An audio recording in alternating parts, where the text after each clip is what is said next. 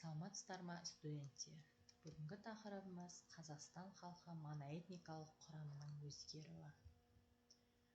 Жоспар өлке тұрғындар моноэтникалық құрамның өзгере бастауы. Екінші орыстар, үшінші украиндықтар, төртінші татарлар, бесінші немістер, алтыншы поляктар.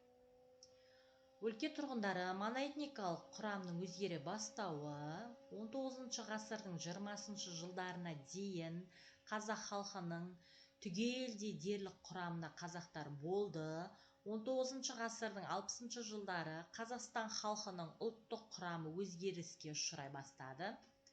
18 ғасырдан бастап қазақтар және әскери тұрғындар көбінесе бекіністер мен шептерде станцияларда орналасты. 1824 жылдан округтік приказдар құрылуымен әскери казактар, кейіннен шаруалар солтүстік шығыс Қазақстанды мекендей бастады. 18 ғасырдан бастап казактар және әскери тұрғындар көбінесе бекіністер мен шептерде және станцияларда орналасты. 1824 жылдан округтік приказдар құрылуымен әскери казактар, кейіннен шаруалар солтүстік шығыс Қазақстанды мекендей бастады. Сол кезде жаңа қалалар пайда болды. Қазақстанға Ресейден орыс шаруалары 1861 жылы басы байлықты жойғаннан және 19 ғасырдың екінші жартысына өлкеде жүргізілген әкімшілік реформалардан кейін кеңінен қоныс аударыла бастады. 1897 жылы Қазақстан аумағында 4 миллионнан астам адам өмір сүрді. Олардың 81,7% қазақтар құрады. Тұрғындардың қалған бөлігі казактар және қоныс аударушы шаруалар, ұйғыр, дүнген, татар, өзбек тағы басқа ұлт өкілдерінен тұрды. Қоныс аударушылардың едәуір бөлігі Қазақстанға 19 ғасырдың соңы мен 20 ғасырдың басында келді. Орыстар Қазақстанға алғаш қоныс аударғандар казактар мен әскери шенді орыстар еді. Олар шекара шебінде әскери бекіністер мен станцияларда тұрды. Кейіннен Қазақстанды отарлау әрекеті күшейген кезде казак әлеуметтік тобына қоныс аударып келген шаруалар мен мешандар, солдаттар да қабылдана берді. Қазақстанға қоныс аударғандар орыс шаруалары шекарадағы әскерлерді, сондай-ақ Воливонка, Воскресенск зауыттарында, тау-кен өндірістерінде істейтін жұмысшыларды азық-түлікпен жабдықтау міндетін шешуге тиіс еді. Шаруаларды қазақ өлкесіне кеңінен тарту үшін патша өкіметі еркін отарлау әдісін де күш қолдана отырып, еріксіз жер аудару тәсілдерін де қолданды. 19 ғасырдың соңы, 20 ғасырдың бас кезінде аграрлық саясат жылдары Ресейдің европалық бөлігіндегі шаруалар Қазақстанға жаппай көшіріле бастаған еді. 1897 жылы Қазақстанның 6 облысында орыстар саны 544 мыңға жетті. Орыс халқының өлкедегі негізгі бөлігін қоныс аударып келген шаруалар 40%, содан кейін казактар 33%, мешандар 19%, дворяндар 5% және басқалар құрады. Қазақтар мен орыстар тұрғындар арасында өзара шаруашылық, мәдени алмасулар орын алды. Украиндықтардың алғашқы тобы Қазақстан аумағына 18 ғасырдың екінші жартысында пайда болды. Олар негізінен ұлт азаттық қозғалыстарына қатысқандар еді. Украиндықтардың елеулі бөлігі Қазақстанның кең байтақ даласында 19 ғасыр мен 20 ғасырдың тоғысында Ресейдің европалық бөлігінен шаруалардың жаппай қоныс аудару кезінде келді. Қоныс аударушы украиндықтар негізінен Полтава, Харков, Таврия, Херсон, Екатеринослав және Киев облыстарының шаруалары еді. Украиндықтардың басты шаруашылық кәсібі егіншілік болды. 1897 жылы халық санының деректері бойынша Қазақстанда 97 мыңдай украиндық тұрды. Украиндықтардың қазақ өлкесінде бүкіл халықтың арасында алған өзіндік үлесі 2%-ға ғана жоқ еді.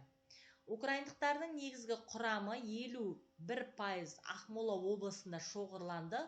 Олардың басым көпшілігі 87% шаруалар еді. Бір қатар 7% мешандар тобына жатты. Украиндықтардың 5%-ға жуығы Ресей казактар қатарында әскери қызмет етті. Қазақ даласында Украинаның ұлы ақыны Тарас Шевченко орыс патшасының бұйрығымен жер аударылып 10 жыл өмірін өткізді. Татарлар Қазақстанға татарлардың келуі патша өкіметінің Қазақ өлкесін отарлауға кіріскен кезеңнен басталды. Алғашында патша өкіметі Қазақ даласында ислам дінінің таралуына қарсылық көрсете қойған жоқ. Бұл ретте қазақтардың арасында молда болуға татарлардың дін қызметкерлер қатарынан ғана жіберілді. Мұның өзі қазақтарды Орта Азияда діни отарлықтардың ықпалынан оқшауландыру мақсатымен жасалынды. Қазақ хандары мен сұлтандарының басым көпшілігі өздерінің жеке хатшылары етіп, Орынборға таяу жерде Сейітов слободасына шыққан сауатты татарларды ұстады. Татар көпестер Ресей мен Қазақ даласында орналасқан сауда-саттыққа дамуына байланысты белсенділігін күшейте түсті. Қазақтардың тілін, әдет-ғұрпын, салт-санасын жақсы білгендіктен татарлар сауда-саттық саласында делдалдық рөл атқарды.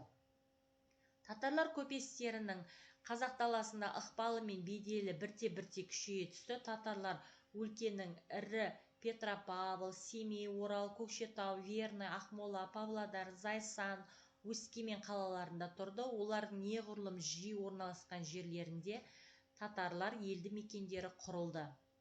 Бұл халықтың өкілдері Қазақ даласында жаңа әдіспен оқытатын жәдиттік мектептер ашудың бастамалары болды. Қазақтар, татарлар, зиялылар шығарып тұрған газеттер мен журналдар зор ықпалпен оқыды. Қазақтың алғашқы газеттері мен журналдары көбінесе татар көпестері қаржыландырып тұрды. Кейіннен патша өкіметі Қазақ даласында исламның күшейіп бара жатқанын қауіптеніп, сауатты және іскер татарлардың қызметінен бас тарта бастады. 1897 жылы Қазақстанда тұратын татарлар жалпы саны 56 мыңға дейін жетті. Мұның өзі Қазақстандағы бүкіл халықтың 1,3% еді. Немістер Қазақстанда алғаш рет 18 ғасырда әскери құрамалар қатарында келді. Олардың едәуір бөлігі Балтық бойы губернияларынан еді. Сібір шекара шебінің басшысы қызметін атқарғандардың көпшілігі немістен шыққан генерал болатын. Олар Кендерман, Крафт, Шпрингер, Глазенов және басқалар еді. Түркістан өлкесінің генерал-губернаторы фон Кауфман да, Торғай облысының әскери губернаторы Балюзек те, Дала өлкесінің генерал-губернаторы фон Таубе де неміс ұлтынан еді. Немістер жергілікті халықтың тарихы мен географиясын және этнографиясын зерттеуді бастамалар бола білді. Дәрігерлер, мұғалімдер, тау-кен инженерінің арасында да неміс ұлтына өкілдері аз болған жоқ. Олар негізінен Омбы, Петропавл, Семей, Өскемен, Шәмішев сияқты тағы басқадай шекара шебіндегі әскери бекіністерде тұрды. Қазақ жеріндегі немістер санының арта түсу 19 ғасыр мен 20 ғасырлар тоғысына сәйкес келеді. Қоныс аударып келген немістер негізінен егіншілікпен айналысты, өңдеуші өнеркәсіп салаларында жұмыс істеді. Олар мұнай кен орындарын игеруге, алтын, мыс өндіруде, кен өнімдерін өндіруде белсенділік танытты.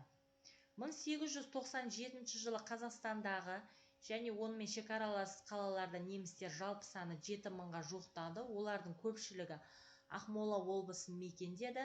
Бір тобы Сырдария облысында қоныстанды. Столпиннің аграрлық реформаласы кезінде немістердің Еділ бойынан Қара теңіз жағалауын ағылып келуі күшейе түсті. Сондай-ақ немістер Қазақ даласында, сонау Германия мен Австрияның тікелей өзінен де қоныс аударылып келді. Поляктар Қазақстан аумағында алғаш рет 19 ғасырдың басында келе бастады. Олар патша өкіметі Қазақ өлкесіне жер аударған поляктар көршілестері болды. Жергілікті өкімет билігі поляктар өз еріктерінен тыс жайық және Сібір қазақтарының қатарына зорлықпен тіркеп жіберген болатын. Жер аударылып келген поляктар Польшадағы 1830-1831 жылдар және 1863-1864 жылдарда Ресей империясына қарсы ұлт азаттық көтерілістерге қатысушылар еді. Поляктар қатарына ақын жазушылар, суретшілер, дәрігерлер, инженерлер, заңгерлер көп болды. Мәселен, Адольф Янушкевич қазақ халқының тарихын қызыға зерттеді. Суретші Бронислав Зеленский қырғыз қазақ даласының тыныс-тіршілігі деген ғажайып сурет салды. Поляктардың көпшілігі қалаларда тұрды.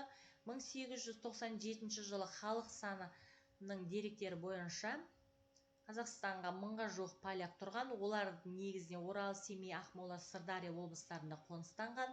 Олардың басым көпшілігі жер аударғандар мен олардың отбасыларының мүшелері болды. Үйге тапсырма: ұйғырлар мен дүнгендердің Жетісуға қоныс аударылуы. Қош сау болыңыздар.